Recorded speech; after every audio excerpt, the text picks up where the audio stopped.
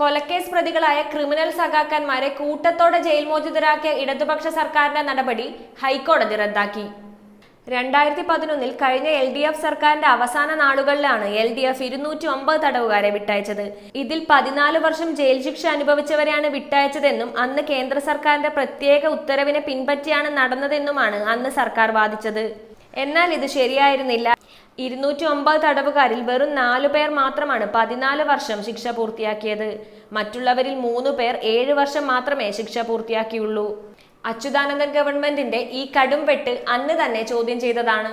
Communist പാർട്ടിക്ക് വേണ്ടി കൊലയും കൊള്ളിവെപ്പും നടത്തി പാർട്ടി ക്രിമിനലുകളെ അനധികൃതമായി ശിക്ഷ ഇളവ് കൊടുത്തിറക്കി വീണ്ടും പാർട്ടിക്ക് വേണ്ടി തല്ലാനും കൊല്ലാനും ഒരുക്കുകയാണ് CPMന്റെ ലക്ഷ്യമെന്ന് അന്നും ആരോപണമുണ്ടായിരുന്നു.